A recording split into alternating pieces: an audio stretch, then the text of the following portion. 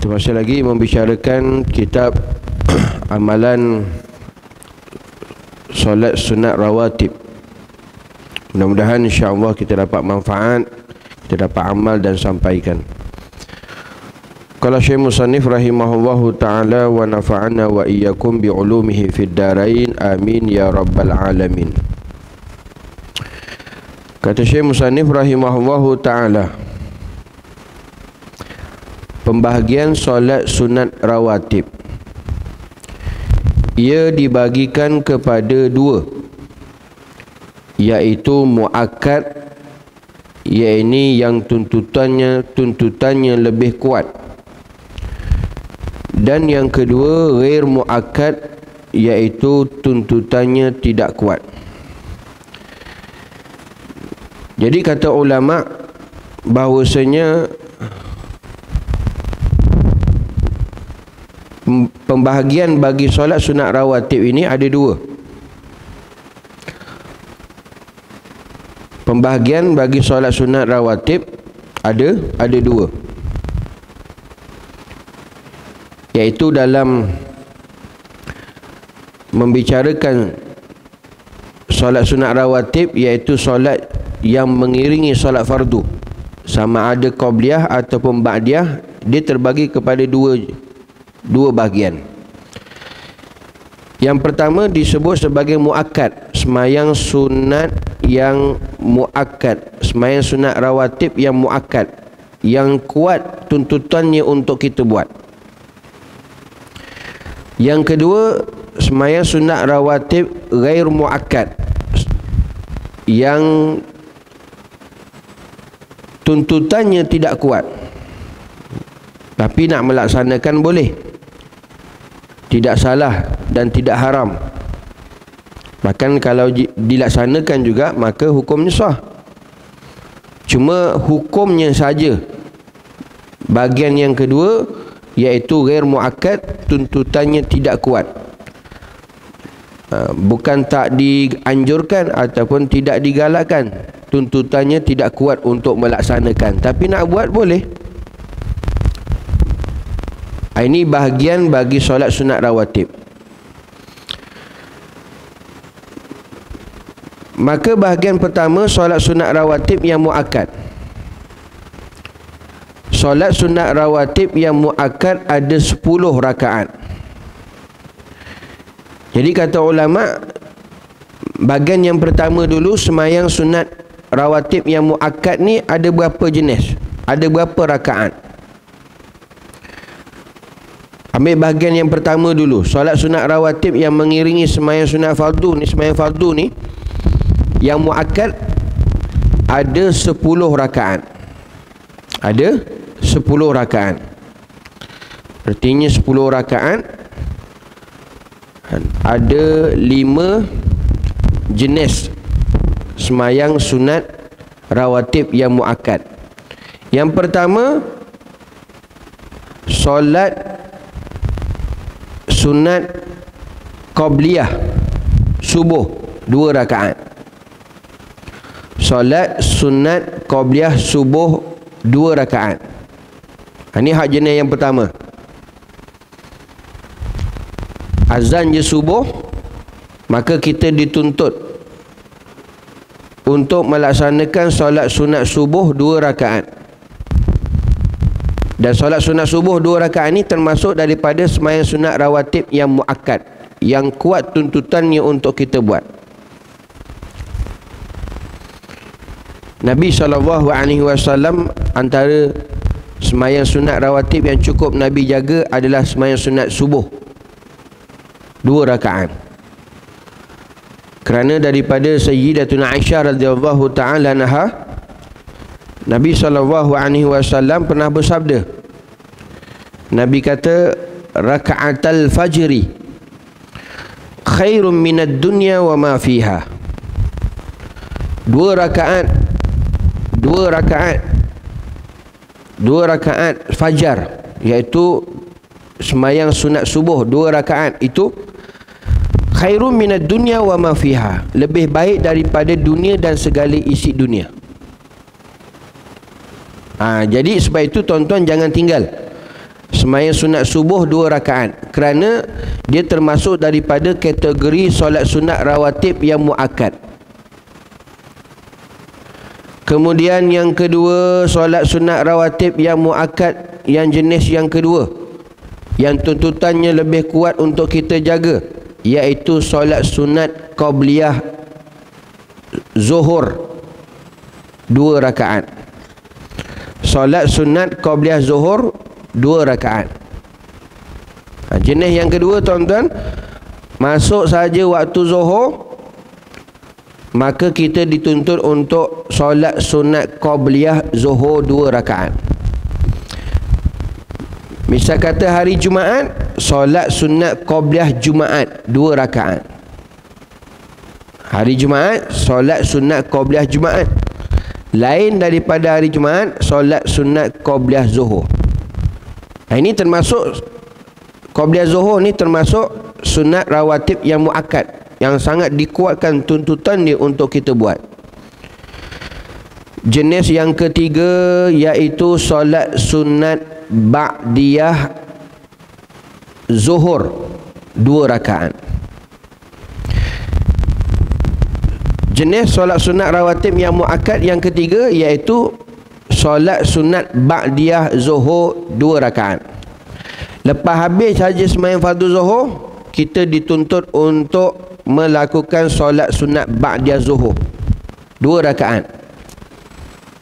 Jika Jumaat, kita lakukan solat sunat ba'diyah Jumaat 2 rakaat.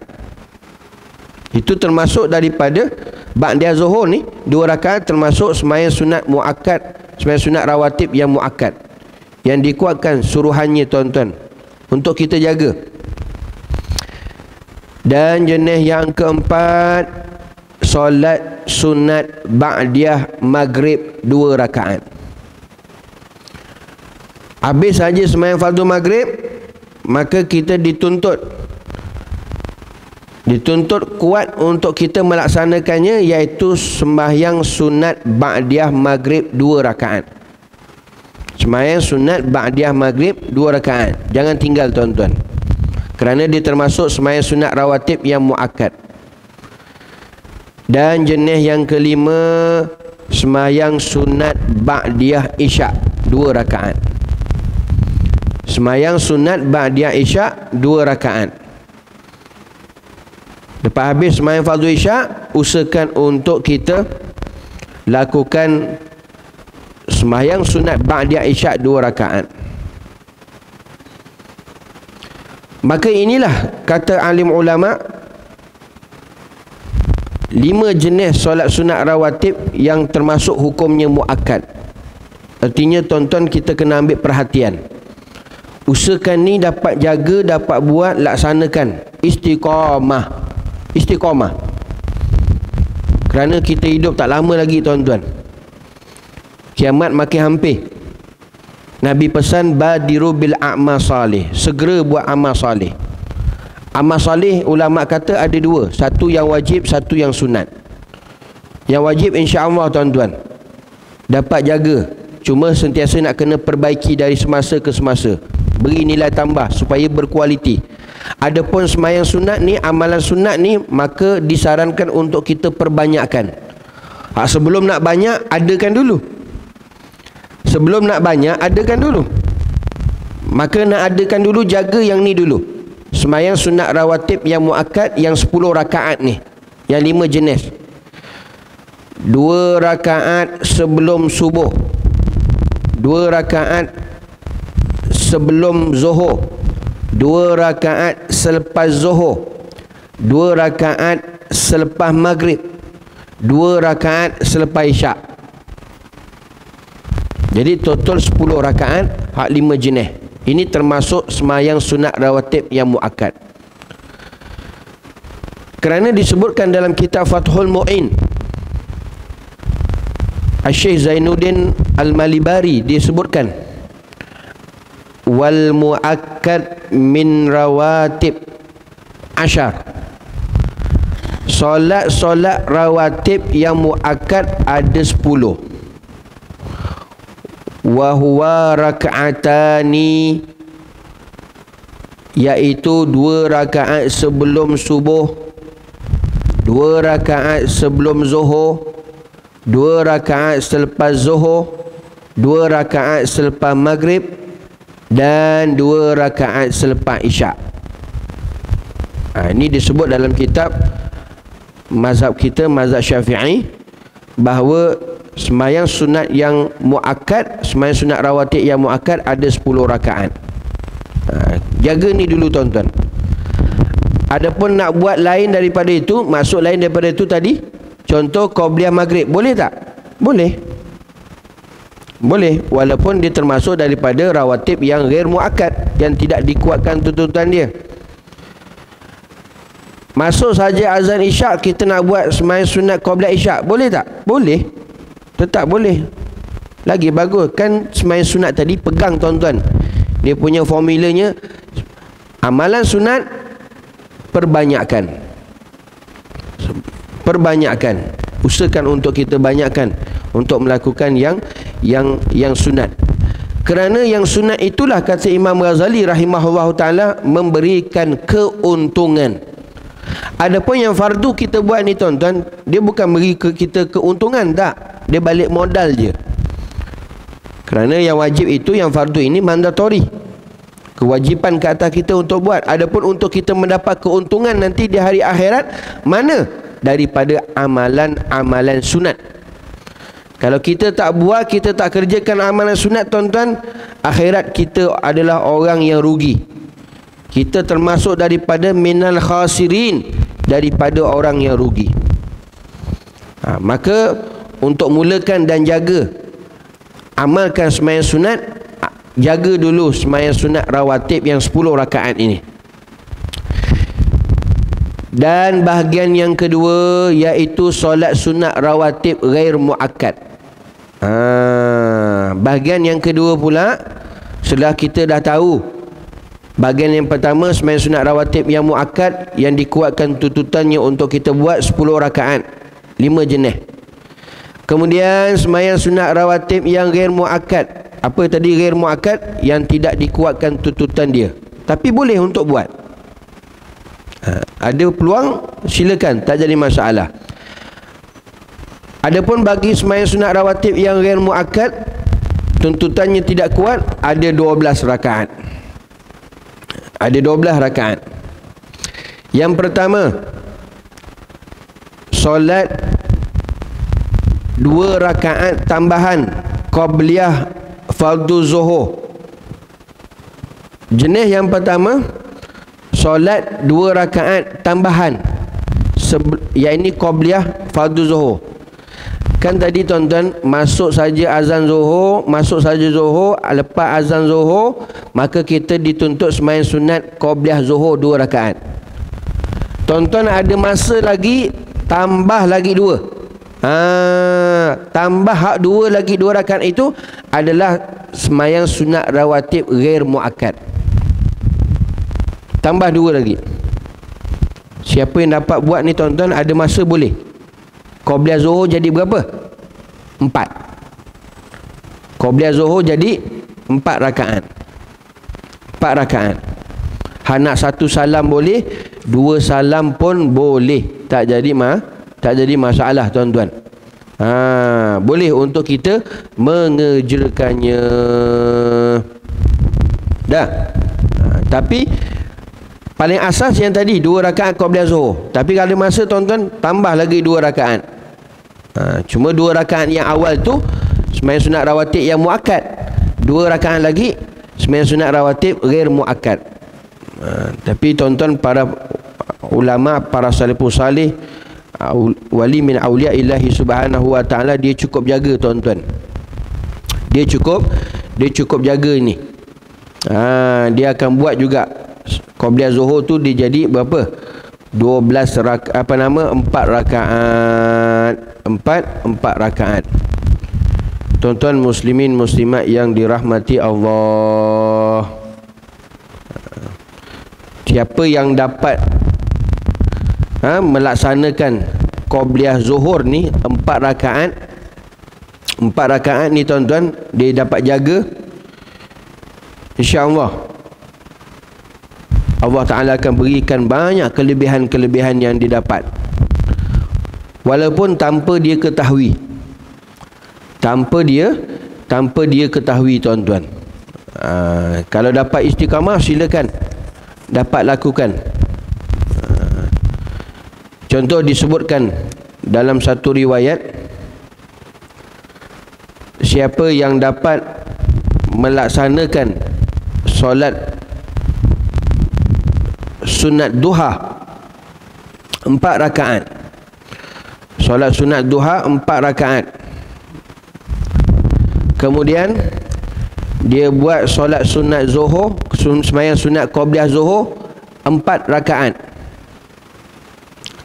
Berapa tadi? Solat sunat duha 4 rakaat, qabliyah zuhur 4 rakaat. Bunya lahu baitun fil jannah, maka Allah Ta'ala bina sebuah rumahnya di dalam syurga. Allah Ta'ala bina rumahnya di dalam syurga. Maka betapa penting, tuan-tuan, untuk kita memberikan ataupun memperbanyakkan sembahyang sunat. Termasuk, tuan-tuan, boleh tambah 2 rakaat tambahan qabliyah zuhur. Kalau Jumaat pun sama juga. Tuan-tuan boleh buat qabliyah Jumaat 4 rakaat. Cuma 2 rakaat pertama tadi muakkad, 2 rakaat tadi ghair muakkad. Dan jenis yang kedua, sembahyang sunat rawatib yang ghair muakkad, tuntutannya tidak kuat, tetapi boleh untuk laksanakannya, iaitu solat 2 rakaat tambahan selepas ba'diyah zuhur. Lepas ba'diyah zuhur tadi kita dah buat 2, itu termasuk yang muakkad. Boleh saja kita nak tambah 2 lagi, artinya ba'diyah zuhur jadi 4. Ba'diyah zuhur jadi 4. Ramai buat, tuan-tuan. Begitu juga lepas habis solat fardu Jumaat, dia buat ba'diyah Jumaat 4 rakaat. 2 rakaat tadi iaitu muakkad, 2 rakaat ghair muakkad. Ini ada masa, ada peluang, tuan-tuan, boleh kita memperbanyakkannya, melakukannya sembahyang sunat ini. Dan jenis yang ketiga, sembahyang sunat rawatib yang ghair muakkad, solat 4 rakaat sebelum fardu asar.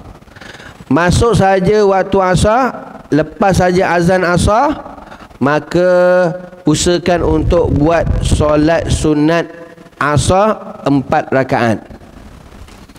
2 rakaat pun boleh, tapi ada masa buat 4 rakaat pun boleh.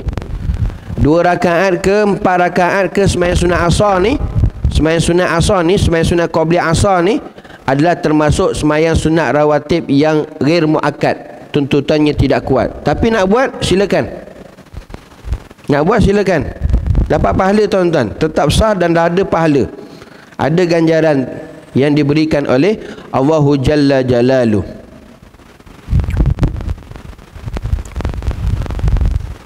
Dan yang keempat, jenis sembahyang sunat rawatib yang ghair muakkad, solat 2 rakaat qabliyah maghrib. Sembahyang sunat qabliyah maghrib itu termasuk sembahyang sunat ghair muakkad. Tuntutannya tidak kuat. Tapi jangan pula lepas ni gang biasa dah buat dah sembahyang sunat qabliyah maghrib, lepas ni dah tahu, rupanya sembahyang sunat ni qabliyah maghrib ghair muakkad, terus tinggal pula. Bukan untuk ditinggal. Kita hak tahu hukum tu, bukan tahu untuk tinggal. Ada orang salah faham. Ada orang salah faham dari segi makna ghair muakkad dengan muakkad. Muakkad dituntut untuk buat, ghair muakkad tidak dituntut untuk buat. Bukan. Itu yang ramai tinggal tu qabliyah maghrib.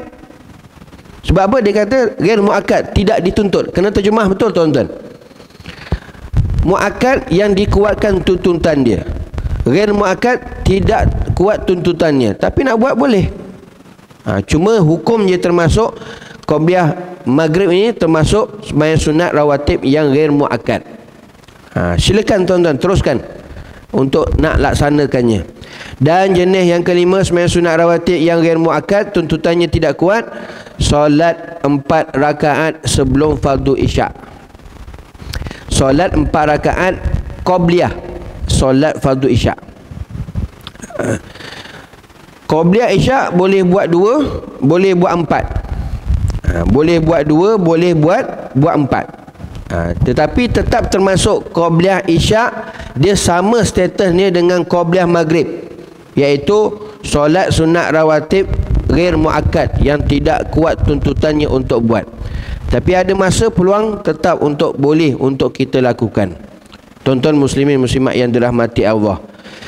Jadi kata ulama, rumusan bagi solat sunat rawatib yang muakkad dan ghair muakkad, kalau kita lihat boleh dijadualkan seperti mana yang disebutkan oleh ulama. Muka surat berapa ni? 32.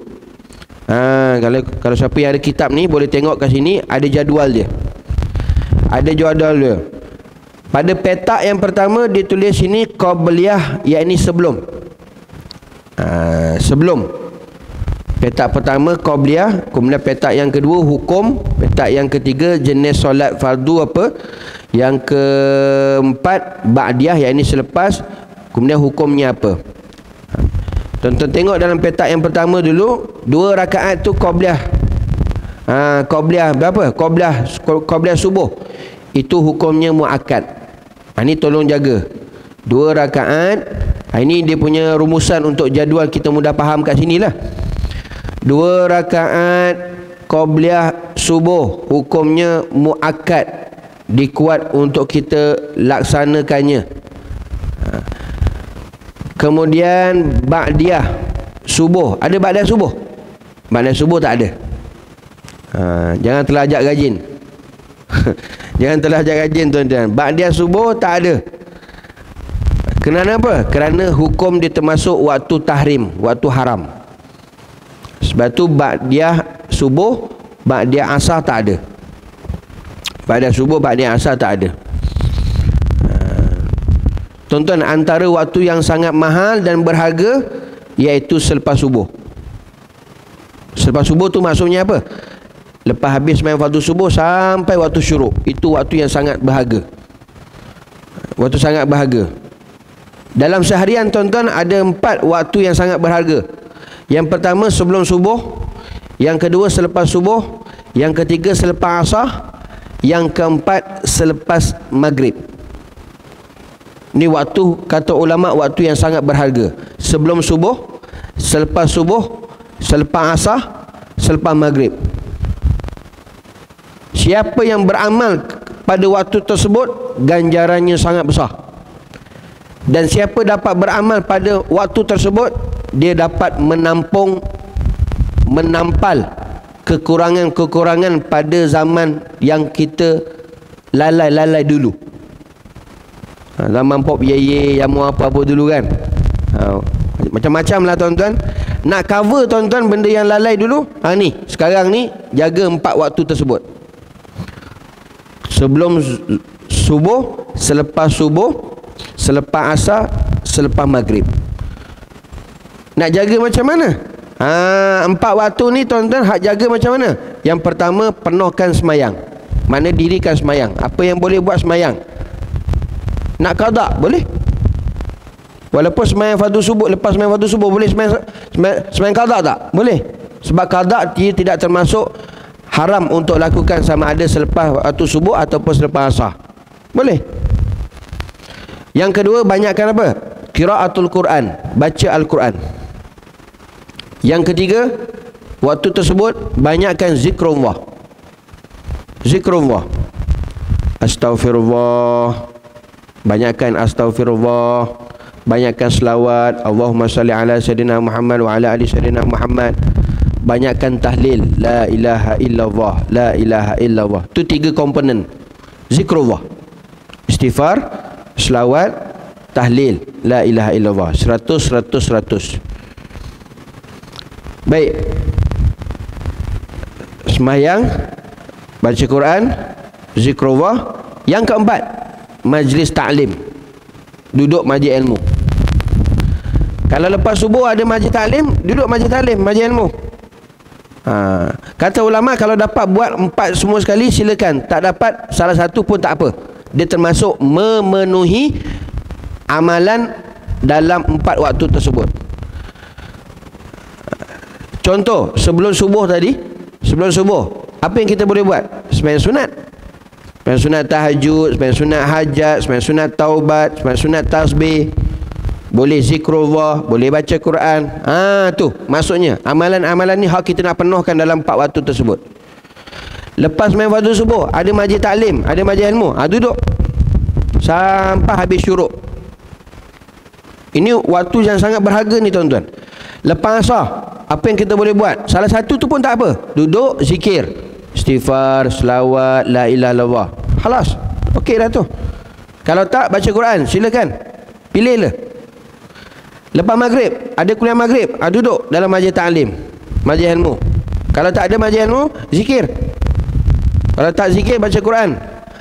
Tuan-tuan, banyakkan amal, isikan amalan tersebut dalam 4 waktu tersebut. Dia boleh menampung dan mengcover masa-masa lampau kita yang dulu, yang lalai tu. Kalau siapa yang nak cover tuan-tuan, yang dulu-dulu yang banyak masalah-masalah, lalai sembahyangnya apa semua tuan-tuan, jaga 4 waktu ni. InsyaAllah, InsyaAllah tuan-tuan, dia akan dapat menampal kekurangan-kekurangan zaman lalai tersebut. Kalau nak, jaga 4 waktu tersebut. Jadi sebab itu tuan-tuan, sebab itu antara yang kita disarankan untuk jaga sembahyang sunat subuh, kerana itu lebih baik daripada dunia dan seisinya. Tetapi sekiranya kata ulama, kita ni memang jenis memang jaga sembahyang sunat subuh ni, tiba-tiba hari ni tak dapat pula, sakit perut lah apa semua, kelang kabut, tengok-tengok sampai je dah sembahyang fardu subuh, maka boleh untuk kita buat sembahyang sunat subuh selepas habis sembahyang fardu subuh. Habis dah sembahyang fardu subuh ni, lepas dah doa apa semua, kita pergi belakang sembahyang sunat subuh 2 rakaat, bukan qada, dengan syarat masih ada waktu dia lagi. Tuan-tuan, tadi sembahyang fardu subuh habis pukul apa tadi? 6 suku lebih kurang, 6 suku lah, 6 suku. Ada waktu subuh lagi tak? Ada. Bagi yang tak sempat tadi nak buat sembahyang sunat subuh, masih boleh pergi lagi sembahyang sunat subuh 2 rakaat. Bagi yang dah melazimi dah biasanya, rugi tuan-tuan tinggal, dengan syarat masih ada waktunya lagi.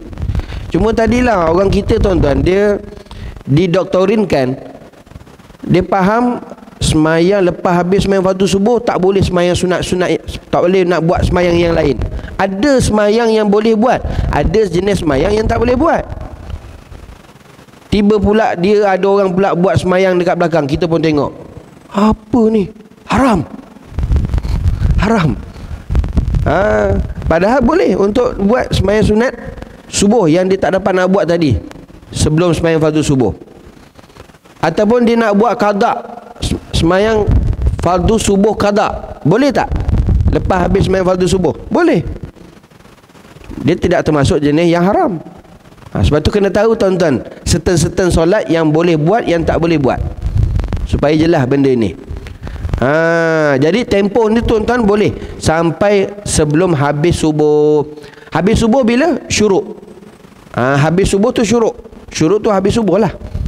Contoh sekarang subuh habis pukul 7, syuruk pukul 7, maka habis subuh lah. Habis subuh. Dalam tempoh ni kena jaga tuan-tuan. Dalam tempoh waktu subuh ni kena jaga, isikan 4 jenis amalan tersebut. 4 jenis amalan tersebut. Kemudian 4 rakaat qabliyah zuhur. Kalau dapat buat tuan-tuan 4 rakaat qabliyah zuhur, 2 rakaat tadi muakkad, 2 rakaat tadi ghair muakkad. Kemudian 4 rakaat asar. 4 rakaat itu hukumnya apa? Asar dia termasuk yang ghair muakkad, ataupun 2 rakaat asar ghair muakkad. Sembahyang ba'di asar ada tak? Tak ada. Sembahyang ba'di asar tak ada. Itu kerana di waktu tahrim. Tapi nak buat qada asar boleh tak? Boleh. Yang nama ba'di asar tu tak ada. Tapi tuan-tuan ada nak qada asar boleh. Sebab itu Imam Nawawi rahimahullah ta'ala, dia buat satu kaedah tuan-tuan. Bagi orang yang nak qadakan solat ni macam mana supaya dia tertib. Tertib maknanya cantik susunan dia. Maka boleh saja seseorang itu dia nak qadakan solat-solat dia yang lama, yang banyak ditinggalkan, boleh diikut kaedah seperti mana kata Imam Nawawi, lepas habis sembahyang fardu subuh dia buat sembahyang qada subuh. Lepas habis sembahyang fardu zuhur dia buat qada zuhur. Lepas habis sembahyang asar dia buat qada asar. Lepas sembahyang fardu maghrib dia buat qada maghrib. Lepas sembahyang fardu isyak dia buat qada isyak. Itu kata Imam Nawawi rahimahullah ta'ala satu kaedah untuk mudah kita tahu dah berapa dah banyak kali kita qada isyak, berapa kali kita qada maghrib, berapa kali kita qada zuhur dan sebagainya. Qada tuan-tuan dia tidak ada waktu tahrim, waktu haram.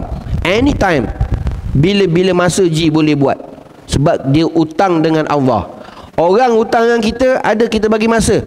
Awak nak bayar boleh, tapi siang je, malam jangan.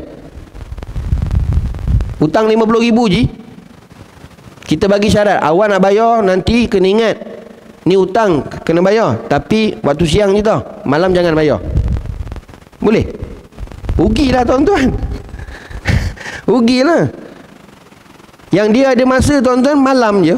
Itu pun lewat apa semua, pukul 1 pagi dia duk ketuk pintu rumah kita, picit loceng, ting tong. Kita pun bangun, apa benda pukul 1 ni, siapa datang? Ji, Assalamualaikum. Waalaikumsalam. Siapa? Mat. Mat apa Mat? Malam-malam datang pukul 1 pagi, apa hal ni? Tak sabar-sabar tunggu esok je. Dah Ji, nak bayar hutang. Hutang. Masuk. Ada kita halau dia tuan-tuan. Datang lemak esok bayar. Esok-esok bayar je lah. Buat apa datang malam-malam ni? Kita datang masuk. 50,000 tuan-tuan. Bukan RM5. RM5 esok bagilah. Nah, nampak? Ini hak utang dengan orang. Walillahi masali ala. Ini nak utang dengan Allah Ta'ala bila-bila masa tuan-tuan. Dia tidak ada waktu haram. Tuan-tuan muslimin hadirin yang dirahmati Allah. Dan yang keempat, 2 rakaat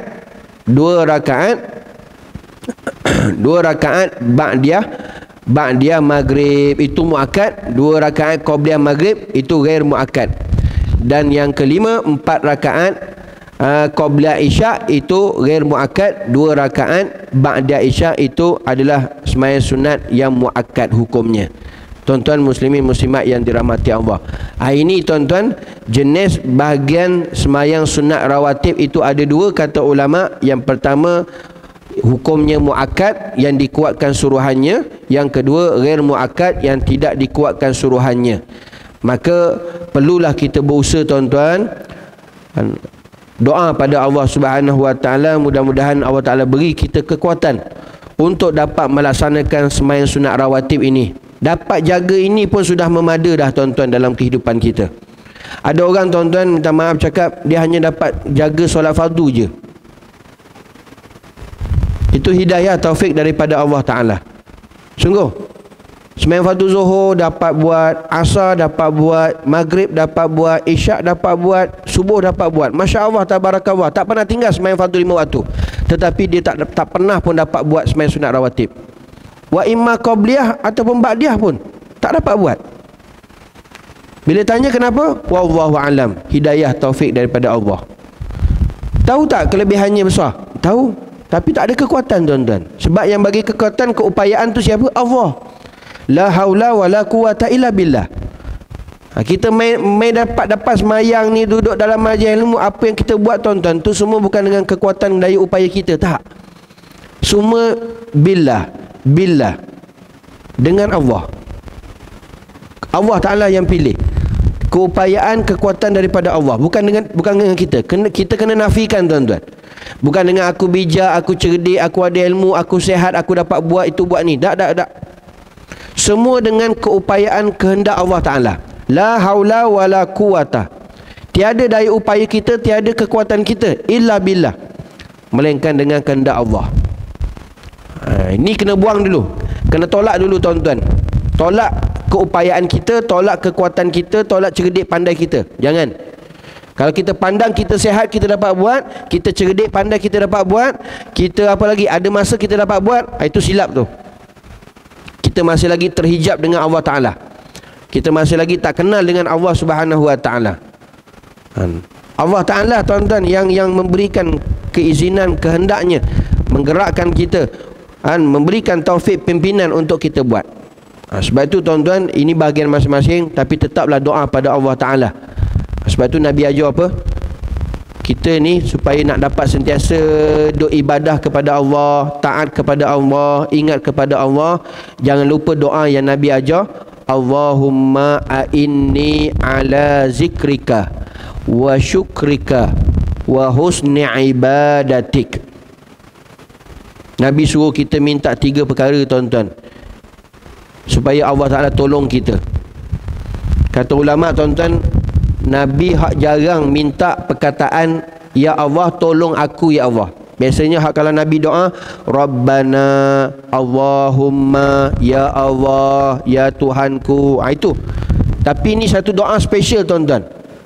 Nabi sebut dalam kalimah tersebut, Nabi doa munajat pada Allah, bukan Rabbana, bukan Allahumma, tapi Nabi kata a'inni, Allahumma a'inni, ya Allah bantu aku ya Allah, ala zikrika, supaya sentiasa duk ingat engkau ya Allah. Sebab tu tadi yang kita dapat zikir, kita dapat belajar, kita dapat duduk majlis taklim, kita dapat semayang, bukan dengan keupayaan kita, tak, dengan kehendak Allah Ta'ala, supaya kita dapat istiqamah dalam melakukan ketaatan, ingat kepada Allah dan sebagainya tuan-tuan. Minta kepada Allah, Allahumma a'inni ala zikrika, ya Allah tolong aku ya Allah, bantu aku sentiasa dapat ingat engkau ya Allah. Ala zikrika. Kemudian kata Nabi SAW lagi, Allahumma inni ala zikrika wa syukrika, ya Allah bantu aku ya Allah sentiasa aku syukur kepada engkau. Orang yang syukur kepada Allah, dia banyak ibadah. Orang yang banyak ibadah, tanda dia syukur kepada Allah. Dia merupakan hamba yang bersyukur kepada Allah. Itu tanda dia. Tanda orang yang bersyukur, dia banyak melakukan ibadah ketaatan kepada Allah. Sebab itu tuan-tuan, nak jadi kita hamba yang bersyukur, minta pada Allah Ta'ala, bantu ya Allah, tolong aku ya Allah, jadi aku sentiasa ingat kepada engkau dan juga syukur kepada engkau segala nikmat yang kau bagi. Wa husni ibadatik, yang ketiga, supaya ya Allah bantu aku ya Allah untuk sentiasa memperbaiki ibadah kepada engkau. Bantu, kita minta Allah Ta'ala bantu, semua daripada Allah Ta'ala tuan-tuan. La haula wa la quwata illa billah. Jangan pandang diri kita, jangan pandang, tutup tuan-tuan, tolak diri kita, hanya memandang haul Allah, kuwah Allah, keupayaan Allah, kekuatan Allah Subhanahu Wa Ta'ala. Batu mudah-mudahan Allah Ta'ala beri kita hidayah, taufik untuk kita dapat laksanakan segala ketaatan yang diperintahkan oleh Allah dan juga apa yang telah ditunjukkan oleh baginda Rasulullah SAW, terutamanya sembahyang sunat rawatib ini. Mudah-mudahan Allah Ta'ala pilih kita untuk amalkan sampai kita mati tuan-tuan, sampai kita mati. Itu terpulang pada Allah Ta'ala nak beri apa saja, itu kehendak Allah Ta'ala. Kita buat itu adalah lillahi ta'ala, kerana Allah Subhanahu Wa Ta'ala. Mudah-mudahan kita dapat amal dan sampaikan serta bermanfaat. InsyaAllah tuan-tuan yang akan datang kita masuk lebih fokus kepada apa dia, berkenaan tentang apa fadilat setiap satu-satu solat sunat rawatib itu secara khusus. Contoh, sembahyang sunat subuh, apa fadilat dia? Sembahyang sunat zuhur, apa fadilat dia? Sembahyang sunat ba'da zuhur, apa fadilat dia? Sembahyang sunat ba'da maghrib, apa fadilat dia? Sembahyang sunat ba'da isyak, apa fadilat? Semuanya ada hadis tuan-tuan. Itu sekadar untuk bagi targhib, semangat, motivasi supaya kita jangan tinggal. Itu akan datang kita minggu depan lah insya-Allah. Panjang umur kita jumpa, kita bicarakan lebih khusus apa fadilat, kelebihan-kelebihan. Sebab manusia ni tuan-tuan, Allah Ta'ala yang create, Allah Ta'ala yang buat, dan Allah Ta'ala tahu manusia ni dia suka apa. Manusia ni dia suka kelebihan-kelebihan, benefit-benefit. Tak? Kalau tak tuan-tuan dia diam je. Tak? Kenapa ramai buat solat sunat duha? Dia tahu murah rezeki. Dia tahu ini yang main-main solat sunat murah rezeki ni, tarik rezeki ni. tarik duit. Oh, dia buat. Sebab apa? Dia tahu kelebihan. Itu untuk permulaan saja, untuk digerakkan. Tapi lama-lama dia akan buat terus tanpa nak tahu ada kelebihan ke tak ada kelebihan ke, itu terpulang bagi Allah Ta'ala. Tapi untuk permulaan saja tuan-tuan, starting. Orang kata nak panas enjin, dia tahu dulu kelebihan, di sana ada kelebihan. Tuan-tuan, berapa ramai hari ni yang kerja dekat Singapura? Sebab dia tahu kelebihan. Gaji walaupun $1,000, masuk Malaysia dapat 3,000. Sebab sekarang besar je, 3 point something. Oh, berebut tuan-tuan, berlari-lari masuk Singapura. Apa pasal ni? Fadilatnya besar, Ustaz. Fadilatnya besar. Gaji 1,000, sini tukar dapat 3,000. Oh, rebut tuan-tuan pergi. Sebab apa?